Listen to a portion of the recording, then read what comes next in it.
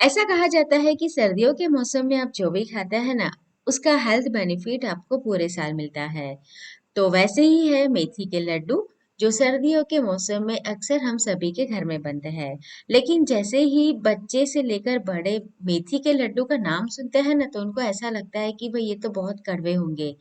तो ऐसा बिल्कुल भी नहीं है। आज हम एक ऐसे तरीके से ये लड्डू बनाएंगे कि कड़वे तो ये बिल्कुल नहीं लगेंगे और बच्चे भी इसे सामने से मांग के खाएंगे। हेलो दोस्तों, मैं हूँ हेतल और किचन क्राफ्ट रेसिपी में आप सभी का बहुत बहुत स्वागत है। तो चलिए आज की मज़ेदार रेसिपी बनाना शुरू करते हैं। मेथी के लड्डू बनाने के लिए यहाँ पर मैंने ली है साबुत वाली मेथी। वजन में ये 200 ग्राम है। अगर कप से आप मेजर करते हैं तो एक कप भर के ऊपर 1 टेबल स्पून आपको लेना है। तो इसे फाइन पाउडर बना देना है।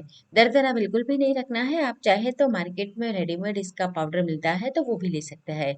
तो वजन में हमें ये 200 ग्राम लेना है और ऐसा ये फाइन पाउडर होना चाहिए। अब इसे हम दूध के अंदर भिगो कर रखेंगे। इससे क्या होगा कि मेथी की कड़वाहट काफी हद तक कम हो जाएगी। आपको पता ही होगा कि मेथी को जब हम भिगो कर रखते हैं तो उसकी जो कड़वाहट रहती है ना, वो काफी हद तक कम हो जाती है। तो इसे हम दूध के अंदर भिगोकर रखेंगे, जिससे हमारे लड्डू में स्वाद और बढ़िया आएगा। तो जितनी आप मेथी ले रहे हैं, यानी जितना पाउडर ले रहे हैं, उससे आपको 2 गुना ज्यादा इसके अंदर दूध डालना है। तो 1 कप भर के हमने मेथी ली थी, तो इसके अंदर 2 कप दूध डालेंगे। दूध आप रूम टेम्परेचर वाला ले लीजिए और इसे हमें तकरीबन 3 से 4 घंटा भिगो कर रख देना है। अगर आप चाहे तो इसे ओवरनाइट भी भिगो कर रख सकते हैं, यानी कि 6 से 7 घंटा रखना है तब भी रख सकते हैं। तो अच्छे से मिला लेंगे और फिर इसे हम ढककर 3 से 4 घंटे के लिए छोड़ देते हैं। 3 से 4 घंटे के बाद हम क्या करेंगे, सबसे पहले तो ड्राई फ्रूट को रोस्ट करेंगे। क्योंकि हम जब मेथी के लड्डू बनाते हैं तो बहुत सारी मात्रा में ऐसी पौष्टिक चीजें इसके अंदर मिलाई जाती है। तो यहाँ पर मैंने बादाम लिया है, वजन में ये 100 ग्राम है। तो यहाँ पर ड्राई फ्रूट की क्वांटिटी मैं आपको बताती हूँ। तो कुल मिलाकर आपको उतनी क्वांटिटी लेनी है। फिर आप जैसे कि काजू ज्यादा पसंद है तो काजू डालिए, बादाम कम पसंद है तो बादाम कम कर दीजिए, वो आपके ऊपर है। तो यहाँ पर मैंने 100 ग्राम वजन में बादाम लिए हैं। अगर कप से मेजर करते हैं तो ये 3/4 कप होंगे। तो देखिए इसके अंदर मैं अभी ऐड कर रही हूँ काजू। तो काजू भी मैंने 100 ग्राम लिया है। और पिस्ता यहाँ पर मैंने 25 ग्राम लिया है और 100 ग्राम मैंने अखरोट लिए हैं। तो काजू, बादाम, पिस्ता और अखरोट मैंने ये ड्राई फ्रूट लिए हैं। आप अपने हिसाब से इसकी क्वांटिटी को, जैसे मैंने बोला, प्लस माइनस कर सकते हैं। तो अच्छे से इसे हमें सौते कर लेना है। उसका कलर चेंज नहीं होना चाहिए, लेकिन ये अच्छे से रोस्ट हो जाना चाहिए। इससे क्या होगा कि इसकी जो शेल्फ लाइफ है वो भी बढ़ जाएगी। अब यहाँ पर मैंने किशमिश ले ली है, तो उसे भी हमें हल्का रोस्ट करना है। इसे रोस्ट करने के लिए मैंने घी ऐड नहीं किया है, हमारा पैन गरम है। तो इसके अंदर ही थोड़ी सी रोस्ट कर लेंगे, ताकि इसका अंदर अगर कोई मॉइस्चर है तो वो निकल जाए। और ऐसे घी के अंदर रोस्ट करने से हमारे ड्राई फ्रूट का जो टेस्ट है ना, वो बहुत ही बढ़ जाएगा। अब थोड़ा सा घी मैंने और डाला है और यहाँ पर मैंने ली है चिरौंजी। तो चिरौंजी वजन में 40 ग्राम है, यानी कि 40 ग्राम है। उसे भी हमें हल्का रोस्ट कर लेना है। ध्यान रहे किसी का भी कलर चेंज बिल्कुल भी नहीं होना चाहिए, नहीं तो हमारे लड्डू का कलर भी चेंज होगा और स्वाद भी नहीं आएगा अच्छा। तो ये सारी चीजें हम एक प्लेट के अंदर निकाल कर इसे ठंडा करेंगे। फिर से मैंने घी ले लिया है और इसके अंदर डालेंगे डेसिकेटेड कोकोनट। तो ये भी वजन में मैंने 100 ग्राम लिया है। तो इसे भी हल्का हमें रोस्ट करना है, तकरीबन 3 से 4 मिनट। और ये सारी चीजें रोस्ट करने के लिए आप इस तरीके के पैन का इस्तेमाल कीजिए जो थोड़ा सा भारी तली वाला हो। अब यहाँ पर मैंने घी ऐड किया है 2 बड़े चम्मच। और हम गोंद को फ्राई करेंगे। तो गोंद भी हमें यहाँ पर लेना है 200 ग्राम। तो थोड़ा थोड़ा करके हम गोंद डालेंगे और उसे फ्राई कर लेंगे। यहाँ पर मैंने गोंद को फ्राई करने के लिए ज्यादा घी का इस्तेमाल नहीं किया है, क्योंकि फिर क्या होता है कि वो वाला जो घी है ना, अगर हम इस्तेमाल में लेते हैं तो फिर उसके अंदर थोड़ी सी स्मेल आती है। तो यहाँ पर मैंने थोड़ा ही घी डाला था और अच्छे से हमारा जो गोंद है वो फूल गया है। तो गोंद के फूले अभी हमारे तैयार हो गए हैं, तो इसे निकाल लेंगे और इसी तरह से बाकी का जो गोंद है ना, उसे भी हम फ्राई कर लेंगे। आप चाहे तो वैसे गोंद को पहले मिक्सी जार में पीस के पाउडर बना के उसे भी घी के अंदर फ्राई कर सकते हैं। अब यहाँ पर मैंने मखाना लिया है। ये भी वजन में 100 ग्राम है और उसे भी हमें अच्छे से रोस्ट करना है जब तक कि ये क्रिस्प नहीं हो जाते। मखाना है ना, उसके अंदर बहुत सारी मात्रा में एंटीऑक्सीडेंट होता है और ये बहुत ही सेहत के लिए फायदेमंद है। तो इसका इस्तेमाल आप जरूर कीजिए। तो इसे भी तकरीबन 4 से 5 मिनट के लिए रोस्ट करेंगे, तभी ये बढ़िया से क्रिस्पी होंगे। अगर ये क्रिस्पी नहीं होंगे तो फाइन इसका पाउडर नहीं बनेगा। और घी हम जैसे जैसे हमें ज़रूरत पड़ेगी उसके हिसाब से हम ऐड करते जाएंगे। और सारी जो चीज़ें हैं ना, इसे रोस्ट करनी है। तो अभी यहाँ पर मैंने गेहूं का आटा लिया है, ये भी वजन में 100 ग्राम है। तो इसे भी हमें रोस्ट करना है। तो पहले आप थोड़ा ही घी डालिए, फिर ज़रूरत पड़े तो आगे आप घी और ऐड कर सकते हैं। तो जैसे जैसे गेहूं का आटा भुनता जाएगा, बहुत ही बढ़िया सी खुशबू आपके किचन में फैल जाएगी। तो इसे सीख कर तैयार होने में तकरीबन 12 से 15 मिनट का समय लगेगा। तो मुझे यहाँ पर घी कम लग रहा था तो थोड़ा सा घी मैंने और डाल दिया है और इसे रोस्ट करेंगे। जैसे बेसन होता है ना, तो रोस्ट करने के बाद वो फूलता है, लेकिन ये गेहूं का आटा इतना फूलेगा नहीं। लेकिन खुशबू आनी शुरू हो जाएगी तो आपको पता चल जाएगा कि हमारा जो आटा है ना, अच्छे से सिक कर तैयार हो गया है।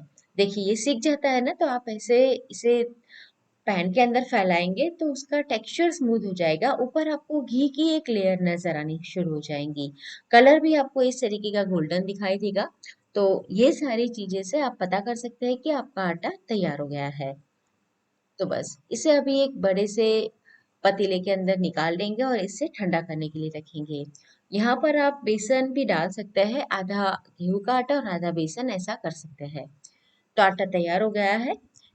इसे अभी मैं एक और बड़े से पतीले के अंदर निकाल लेती हूँ। और सारी चीजें हम इसके अंदर ही डालते जाएंगे ताकि एक ही पतीले के अंदर सारा हम मिक्स तैयार कर सके और ज्यादा हमारे बर्तन भी खराब ना हो। तो देखिए मैंने आटा ऐसे फैला दिया है। अब हमने जो मेथी भिगो कर रखी थी उसे 3 से 4 घंटे हो गए हैं। तो इसे हमें क्या करना है, पहले तो ऐसे अलग कर लेना है। देखिए दूध के अंदर भिगो कर रखी थी तो ऐसे ये जम सा गया है, लेकिन आप ऐसे तोड़ेंगे तो टूट भी जाएगा। फिर हमें इसे सीखना है। तो देखिए मेथी ने दूध को अपने अंदर अच्छे से एब्जॉर्ब कर लिया है और फूल कर वो ऑलमोस्ट डबल से भी ज्यादा हो गई है। तो घी डालेंगे और मेथी को रोस्ट करेंगे स्लो फ्लेम के ऊपर। आंच बिल्कुल भी ज्यादा नहीं होनी चाहिए, नहीं तो ये नीचे से जलने लगेगी। और घी भी हम जैसे जरूरत पड़ेगी वैसे ही डालेंगे। जैसे जैसे हमारी ये मेथी है वो भूनती जाएगी तो इसका टेक्सचर है ना, आप देख सकते हैं कि कितना भी चेंज हो जाएगा। अभी ये बहुत ही ऐसे आपको गाढ़ा गाढ़ा लग रहा है, फैला हुआ। लेकिन थोड़ी देर में जैसे हम इसे सीखेंगे, 10 से 12 मिनट का समय लगता है इसे सीख कर तैयार होने में। तो फिर से जब आप सीख कर तैयार कर लेंगे तो ये बहुत ही खुला खुला हो जाएगा। तो स्पैचुला से हम इसे तोड़ते भी जाएंगे और सीख कर तैयार करेंगे। सीखने से इसका जो कलर है वो भी चेंज हो जाएगा और टेक्सचर भी। देखिए ये इस तरीके का टेक्सचर आपको दिखेगा तो हमारी मेथी अच्छे से भून कर तैयार हो गई है। और ये भी जब आप भूनते हैं ना, तो बढ़िया सी खुशबू इसके अंदर आने लगती है। तो वैसे भी आपको पता चल जाता है कि हमारी मेथी है वो सीख कर तैयार हो गई है। अब हमने जो ड्राई फ्रूट और वो सब रोस्ट करके रखा था उसे ग्राइंड करना है। तो सबसे पहले मखाना डालेंगे और उसे फाइन पाउडर बना लेंगे। सभी चीजें हम एक साथ नहीं डालेंगे, एक साथ डालते हैं तो क्या होता है कि कोई फिर मोटा रह जाता है, कोई बहुत ही बारीक हो जाता है। अब जो ड्राई फ्रूट थे इसे हम चॉप करेंगे। अगर आपके पास इलेक्ट्रॉनिक चॉपर नहीं है तो आप फिर मिक्सी जार में भी कर सकते हैं, लेकिन चॉपर के अंदर अगर आप करते हैं तो ये क्या होगा कि बहुत फाइन पाउडर नहीं बनेगा और बढ़िया रहेगा। अब जो गोंद था उसे हम ऐसे कटोरी की मदद से प्रेस कर लेंगे ताकि उसका पाउडर बन जाए। आप इसे भी मिक्सी जार में कर सकते हैं, लेकिन इस तरीके से बहुत ही आसानी से हो जाता है। और इसका क्रंच भी जब आप खाते हैं ना तो आपको फील होता है। अब किशमिश ली है मैंने, उसे भी हम चॉप कर लेंगे तो 1 से 4 से 5 टुकड़े तैयार हो जाएंगे। तो हमें ठीक वैसा ही टेक्सचर चाहिए, यानी सारी चीजें हमें छोटी छोटी करनी है जिससे कि आप जब ये लड्डू खाएंगे ना तो आपको उसका क्रंच फील होगा। अब ये आटा ठंडा हो गया है तो इसके अंदर हम मेथी को डाल देंगे। अब जो डेसिकेटेड कोकोनट था वो डाल देंगे इसके अंदर। यहाँ पर मैंने ड्राई डेट्स आती है उसका पाउडर लिया है 40 ग्राम। और 2 टेबलस्पून भर के यहाँ पर मैंने इलायची पाउडर डाला है फ्लेवर के लिए। थोड़ा सा नटमेग का पाउडर, यानी कि नटमेग को कद्दूकस करके डालेंगे, ये जायफल है। अगर पाउडर है तो आप आधा से 1 टीस्पून डाल सकते हैं। अब जो हमने ड्राई फ्रूट चॉप करके रखे थे ना, वो डाल देंगे। आप देख सकते हैं उसका टेक्सचर कितना बढ़िया आया है।